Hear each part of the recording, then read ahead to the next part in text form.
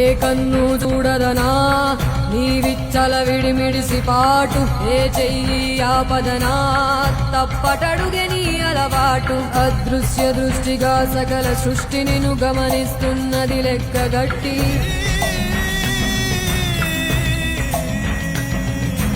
ఎంత బతుకు నీదెంత బతుకువో గుప్పెడు మెతుకుల కడుపు కొరకు ఇన్నాటలు వేటలు అవసరమా మనుజా మనుజా.